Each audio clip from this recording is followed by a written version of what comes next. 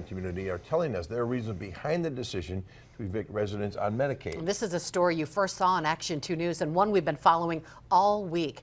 Emerald Bay Retirement Community in Hobart made the decision to no longer accept Medicaid, putting 15 people on notice that they must move.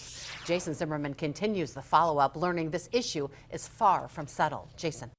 After sending out notices to vacate by the end of the month, the 15 residents living at the Emerald Bay Retirement Community in Hobart, the owners are now explaining why they no longer accept Medicaid. It wasn't an easy decision. We don't like to ask people to leave.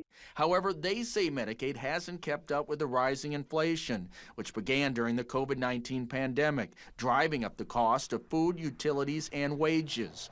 Previously, that cost was shifted to non-Medicaid residents, but we're told continuing to do so is no longer feasible. You know, and Green Bay is very much a blue-collar community. Our folks don't have that kind of money. We can't keep passing on the economic crazy to our folks that are in their 80s and 90s. They can't bear it. So we had to make a lot of changes. Emerald Bay also says it tried to negotiate for a better Medicaid reimbursement with the Lakeland Care District, but that effort failed. Lakeland Care says discussion with Emerald Bay started back in December when its members, quote, were being charged over and above the negotiated rate. They went on to say our residential rates are determined, negotiated, and locked into a contract based on the individual needs of each member. Among the residents being told to leave is Phyllis Bartlett, whose family tells us she has mild dementia. It breaks my heart, and shame on them for doing this. I mean, grandfather these people in or something, but it's going to be really hard on my mother-in-law.